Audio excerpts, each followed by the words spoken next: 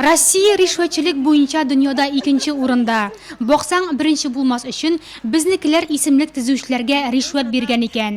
Бу мәзәк кенә булса да, коррупция буенча дөньяның соңгы еллардагы алыштыргысыз лидер икәнебезне үзебез дә яхшы беләбез.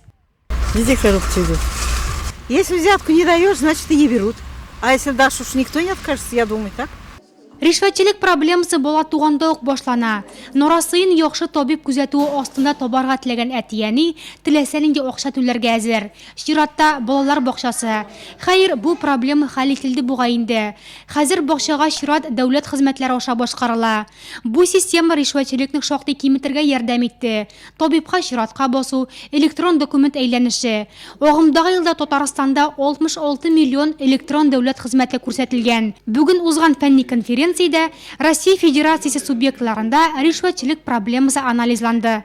Эффективным инструментом в этой работе служит информационная система «Открытый Татарстан». Она помогает выявлять риски и предотвращать негативные последствия правонарушений.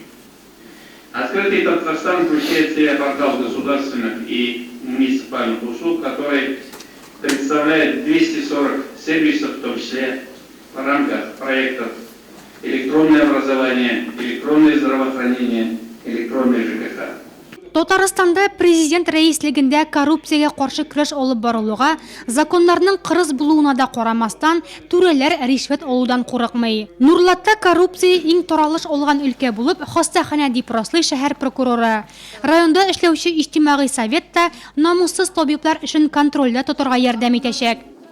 Анализ последних 3 лет показывает, что... Ясаган анализ соңгы 3 елда районда ришвәтчелек проблемасы кими башлавын күрсәтә. Шулай да көнкүреш коррупциясе дигән нәрсә актуаль әле. Без моның өстендә эш алып барабыз. Якын киләчәктә уңай нәтиҗәләргә ирешербез дип өметләнәм.